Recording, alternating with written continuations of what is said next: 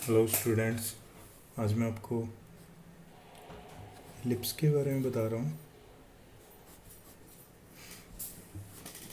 देखिए, अपने basic lips के बारे में +1 क्लास में पढ़ा हुआ है, लेकिन यहाँ पे सबसे पहले लिप्स होती क्या है।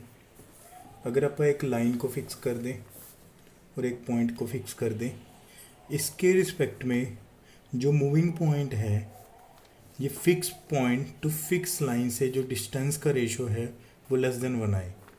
जैसे ये मान लो P है, जैसे इस फिक्स पॉइंट को बोल देते हैं अपन फोकस, इस फिक्स लाइन को बोल देते हैं अपन डायरेक्ट्रिक्स। ठीक है। अब जो यहाँ से आएगा SP/PM is equal to E is <1। यहाँ पे E क्या आएगा, <1। यहाँ से क्या आ जाएगा, SP is equal to EPM।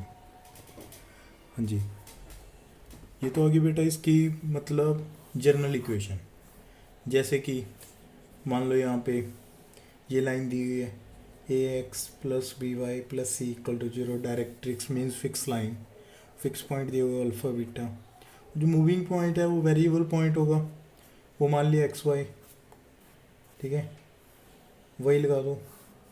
SP is equal to EPM। SP कितना आएगा, डिस्टेंस फार्मूला लगा दो।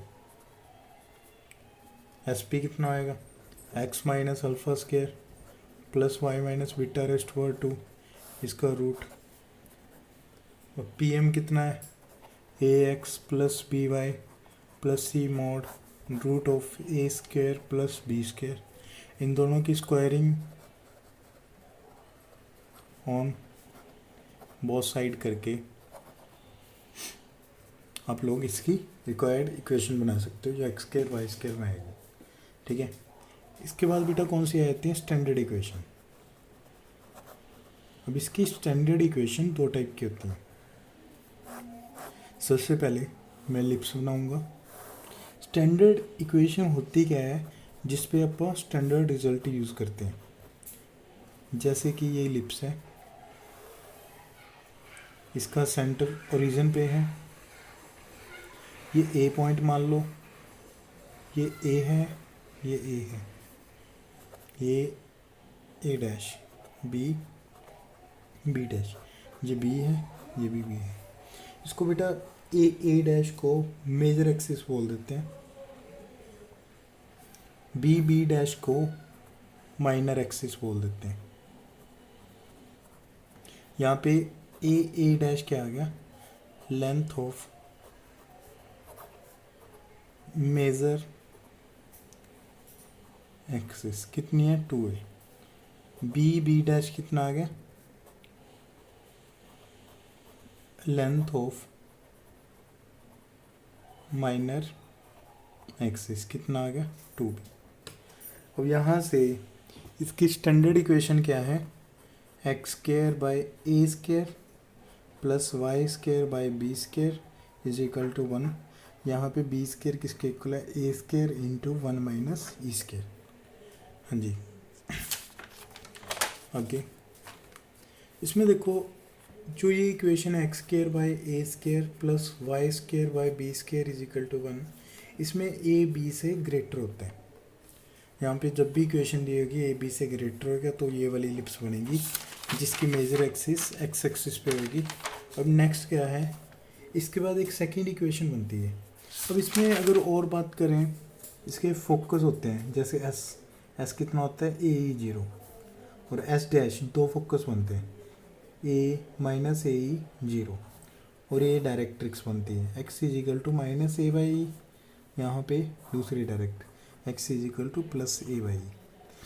यहाँ पे जो फोकस से लाइन पास करती है और एक्सिस के परपेंडिकुलर हो, जिसके एंड पॉइंट एलिप्स के ऊपर हो, उसकी लेंथ ऑफ लेटेस्ट रेक्टम बोल देते हैं। ये लेटेस्ट रेक्टम, इसकी लेंथ क्या होती है, 2b² / a। ठीक है। ऐसे ही एक लिप्स और की बात करते हैं अपना, x² / b² + y² / a² is equal to 1। इसमें जब वाई स्केयर के नीचे ग्रेटर आ जाए तो उस केस में अपन क्या करते हैं बेटा, इसमें a is greater than b होगा। इस केस में क्या करेंगे, इस केस में ये चीज़ सेम रहेगी, b square is equal to a square into 1 minus e square, इसीलिए इस इक्वेशन को ये बनाया हुआ है। ठीक है, और इसका डायग्राम कैसे बनेगा,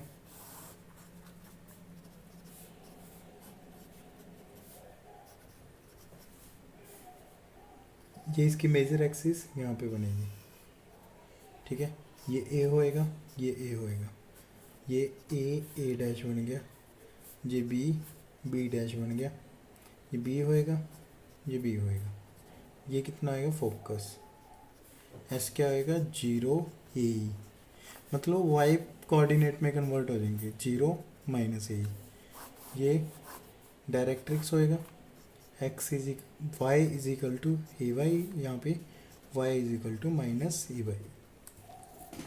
अभी यहाँ पे इससे नेक्स्ट कैसे करेंगे, जैसे इसमें कुछ भी है वो सेम रहेगा, ये चीज़ें तो सेम है। और एक और लेंथ ऑफ लेटेस्ट रेक्टम क्या रहेगी, l dash is equal to 2b square by ये है स्टैंडर्ड इक्वेशन के रिजल्ट। अब एक फोकल प्रॉपर्टी होती है इसकी, फोकल प्रॉपर्टी, तो फोकल प्रॉपर्टी के क्वेश्चन भी आते हैं, इसको लोकस में रिप्रेजेंट करके किया जा सकता है। जैसे कि इसमें दो फोकस गिवन आएंगे एस डैश एस, कोई भी पॉइंट इसी हिसाब से इलिप्स पे मूव करते हैं कि उसका sum of distance from two fix point means focus is always same, S P plus S dash P is always constant, that is equal to 2a। तो इसको क्या बोल देते हैं अपन, फोकल प्रॉपर्टी। इलिप्स पे एक पॉइंट कहीं से भी हो, उसका डिस्टेंस एस से और एस डैश से सम ऑफ डिस्टेंस क्या रहेगा, सेम रहेगा, वो कांस्टेंट होएगा, कितना होएगा 2a। क्लियर, तो इसको क्या बोल देते हैं, फोकल प्रॉपर्टी बोल देते हैं। ठीक है, हाँ जी, नेक्स्ट नोट करने वाली बात है, अगर if x1 y1 be point on ellipse, अगर कोई पॉइंट इलिप्स के ऊपर होएगा then it satisfies the equation of ellipse. Ellipse की इक्वेशन कैसे बना लो, x square by a square plus y square by b square minus 1 equal to 0। x1 y1 इसमें पुट कर दो,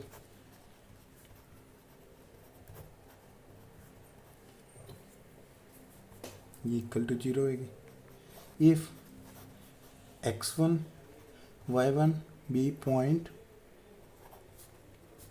inside of the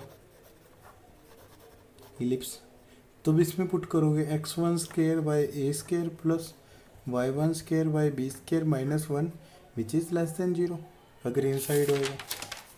third, if x1 y1 be point outside of ellipse then y1 square by b square is greater than 0। ठीक है, ये चीज़ें note करने वाली हैं यहाँ पे। नेक्स्ट देखो, नेक्स्ट क्वेश्चन आता है इक्वेशन ऑफ टेंजेंट। थोड़े टेंजेंट की इक्वेशन कैसे निकालते हैं, टेंजेंट की इक्वेशन निकालने के लिए फॉर्म्स हैं। सबसे पहले आती है पॉइंट फॉर्म। पॉइंट फॉर्म का मीनिंग क्या है कि एक इलिप्स है, मान लो स्टैंडर्ड इक्वेशन ये है, x square by a square plus y square by b square is equal to 1। मान लो वो पॉइंट है x1 y1, इस पर आप टेंजेंट की इक्वेशन निकालना चाहते हो, तो टेंजेंट की इक्वेशन निकालने का एक रूल है जो पैराबोला इलिप्स हाइपरबोला में एप्लीकेबल है।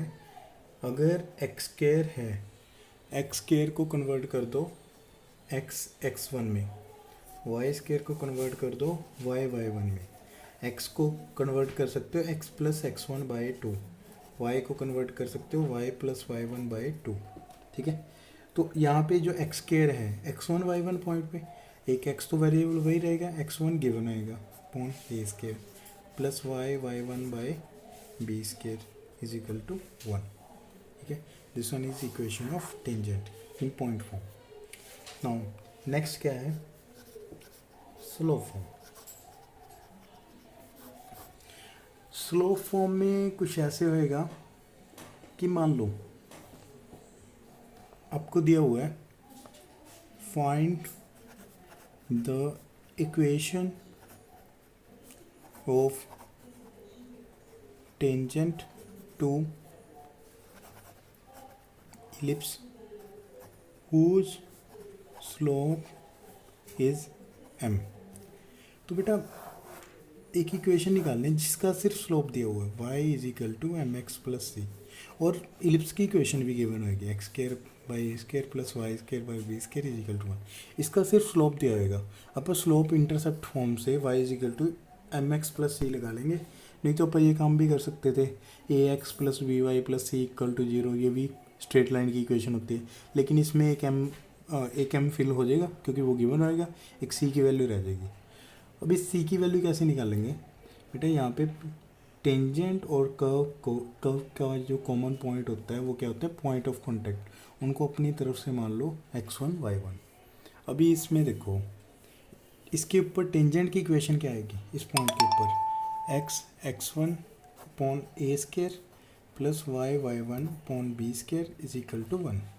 अब ये इक्वेशन बन जाएगी x1 upon a square plus y1 upon b square minus 1 equal to 0। अब ये दोनों और एक क्या आ गई m x plus m x minus y plus c equal to 0। अब इसमें x1, अब ये दोनों सेम स्ट्रेट लाइन को रिप्रेजेंट कर रहे हैं। अब इसको कैसे कर सकते हैं, अगर दो लाइन कोइंसाइड करती हैं, मान लो एक लाइन है a1x plus b1y plus c1 equal to 0, दूसरी लाइन है a2x plus b2y plus c2 equal to 0, तो उसमें क्या होता है a1 by a2 is equal to b1 by b2 is equal to c1 by c2। यहाँ पे क्या होगा x1 upon a square upon m is equal to y1 upon b square upon minus 1 is equal to minus 1 upon c. ठीक है, तो यहाँ पे पहले इसको इसके साथ इक्वेट करेंगे तो क्या आएगा x1 upon a square m is equal to minus 1 by c. ठीक है, इसको नेक्स्ट पे कर सकते हैं, x1 आ जाएगा minus A square m by c. फिर इसको इसके साथ इक्वेट करेंगे तो क्या आएगा minus B square plus y1 क्या आएगा बी स्केयर बाई सी। अब बेटा x1 y1, अब c भी अपने लिए अननोन है, इसकी वैल्यू फाइंड आउट करनी है। x1 y1 की वैल्यू अपन निकाल ली, उसमें m होएगा c होएगा, हमें c की वैल्यू भी निकालनी है। अब x1 y1 पॉइंट किसके ऊपर है, इलिप्स के ऊपर, तो ये इलिप्स की इक्वेशन को सेटिस्फाई करेगा। Now x1 y1 the point on the ellipse, therefore it satisfies the given equation। तो क्या होएगा x1 square by a square plus y1 square by b square is equal to 1। अब इस value को x1 y1 की value को substitute कर दो, minus A square by m upon c square upon a square, y1 की b square by c square को whole square by b square is equal to 1। यहाँ पे ये वैल्यू कितनी आ जाएगी a raised power 4 upon into m square upon c square a square plus b raised power 4 upon c square b square is equal to 1। ये B square आ गया, ये ए square आ गया। अब सी स्केयर इधर ले जाओ, सी स्केयर किसके इक्वल आ गया a square M square plus B square, c कितना आ जाएगा root of a square M square plus B square plus minus. तो बेटा यहाँ से जो टेंजेंट की इक्वेशन क्या मानी थी y is equal to m x plus c, तो ये इक्वेशन क्या आ जाएगी y is equal to m x plus c की value plus minus root of a square M square plus B square.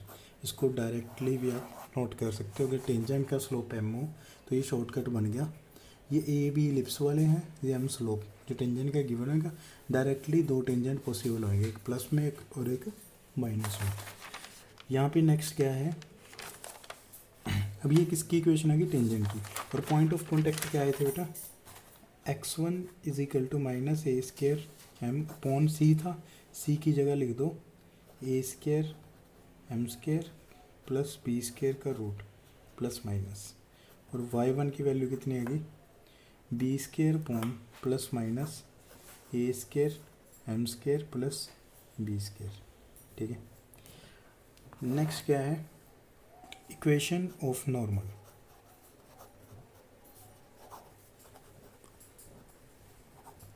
Normal की इक्वेशन क्या आएगी, अब इक्वेशन ऑफ नॉर्मल क्या रहेगी, अब इसमें नॉर्मल होता क्या है, देखो मान लो कोई भी इलिप्स है, ये वाली है स्टैंडर्ड इलिप्स ही मान लो, ये एक्स एक्सिस है, ये वाई एक्सिस है, ये negative direction of y axis है, ये नेगेटिव एक्स एक्सिस आ गया, ये ओरिजिन आ गया।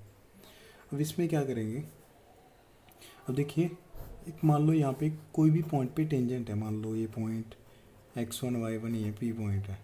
अब उसी पॉइंट पे टेंजेंट के ऊपर परपेंडिकुलर होता है, उसको बोल देते हैं नॉर्मल। अगर दो लाइन परपेंडिकुलर हों तो उनके स्लोप का प्रोडक्ट क्या होता है, -1। तो अगर यहाँ पे टेंजेंट का स्लोप m है तो नॉर्मल का कितना आ जाएगा, -1/m। सबसे पहले आप टेंजेंट की इक्वेशन डायरेक्टली निकाल सकते हो, एक्स स्क्वायर को x(x1) लिख के, वाई स्क्वायर को y(y1) लिख के वो निकाल लो, उससे नॉर्मल का स्लोप निकाल लो, पासिंग पॉइंट तो ये सेम रहेगा, उससे नॉर्मल की इक्वेशन निकाल सकते हो। ठीक है, ये इसका शॉर्टकट है, इसके बेसिस पे क्वेश्चन भी कर सकते हो। नेक्स्ट क्या है बेटा, देखो एक और, अब एक एक्सटर्नल पॉइंट से इलिप्स के ऊपर दो टेंजेंट ड्रॉ कर सकते हो, ये आगे भी बात करेंगे। और अगर पॉइंट ऊपर हो तो एक, अगर अंदर हो तो कोई टेंजेंट ड्रॉ नहीं कर सकते। नेक्स्ट क्या है बेटा, director circle.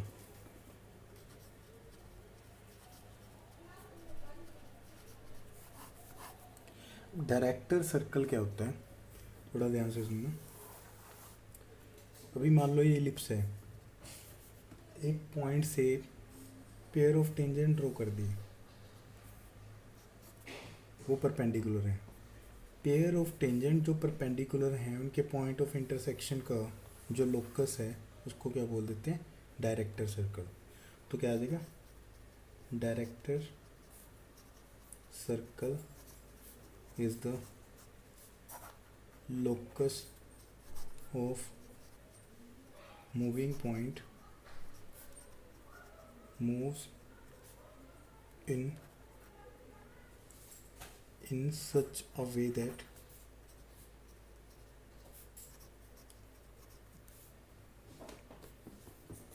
the moving point is intersection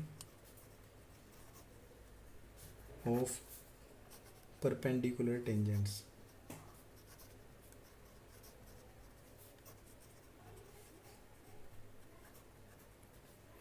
तो बेटा मान लो सर इलिप्स की इक्वेशन है x square by a square plus y square by b square, इसके डायरेक्टर सर्कल की क्या आ जाएगी, x square plus y square is equal to a square plus b square. ठीक है, अभी देखिए नेक्स्ट टॉपिक क्या है, ऑक्सिलरी सर्कल।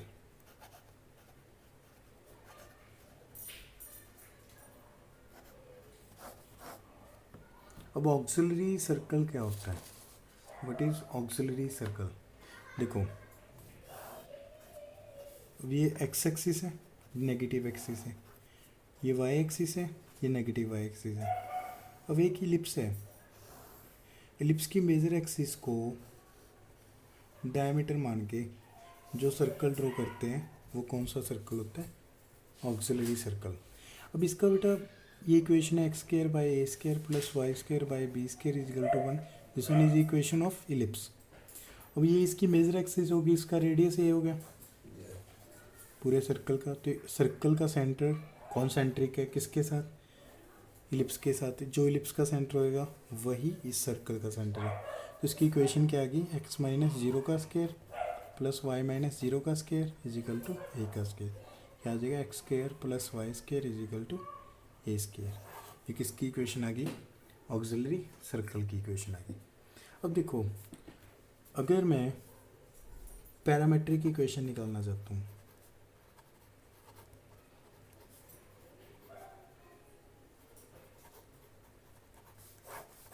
तो पैरामेट्रिक इक्वेशन कैसे निकालूंगा।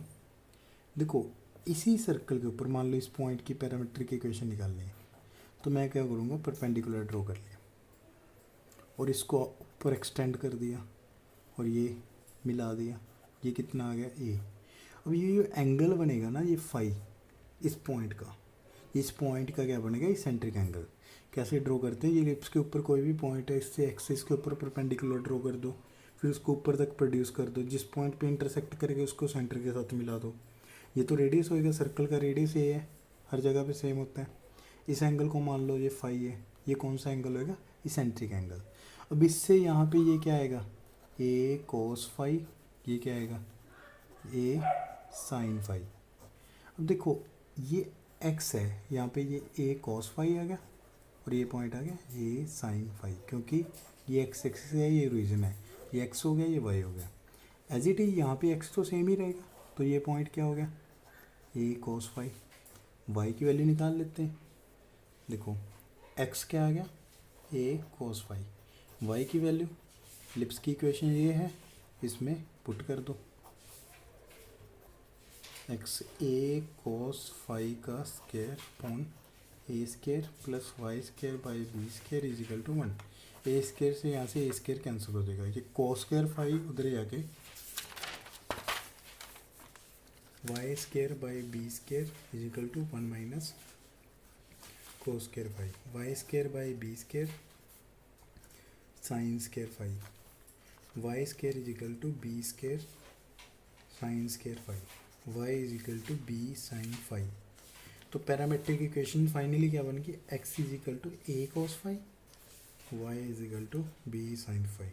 तो कभी भी आप लोग इलिप्स के ऊपर कोई भी पॉइंट कंसीडर करना चाहते हो तो ये भी कर सकते हो, a cos phi b sine phi. ये कहाँ से बनते हैं, इस पॉइंट के सेंट्रिक एंगल से, जो कि ऑक्सिलरी सर्कल ड्रॉ करके बनता है। ठीक है, आगे बेटा कॉर्ड ऑफ कॉन्टैक्ट।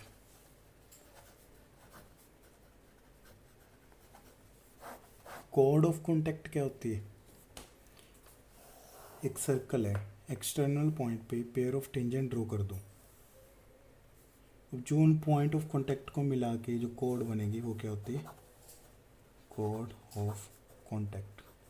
ये सेम है, इसकी इक्वेशन क्या होगी, S1 इज इक्वल टू 0। सबसे पहले S1 का मतलब क्या होता है, टेंजेंट x1 y1 पॉइंट पे मान लो एलिप्स की इक्वेशन ये है। कॉर्ड ऑफ कॉन्टैक्ट की इक्वेशन पैराबोला में भी सेम होती है, ऐसे निकालते हैं जैसे टेंजेंट की इक्वेशन। पॉइंट एक्सटर्नल होगा, इसमें कैसे आएगी, S1 का मतलब x1 upon a square plus y1 upon b square is equal to 1। ठीक है, अभी जो नेक्स्ट लेक्चर है इसके बाद में इसका बहुत थोड़ा पोर्शन रह गया, वो बता दूंगा। अभी तक इतना सफिशिएंट है। Thank you.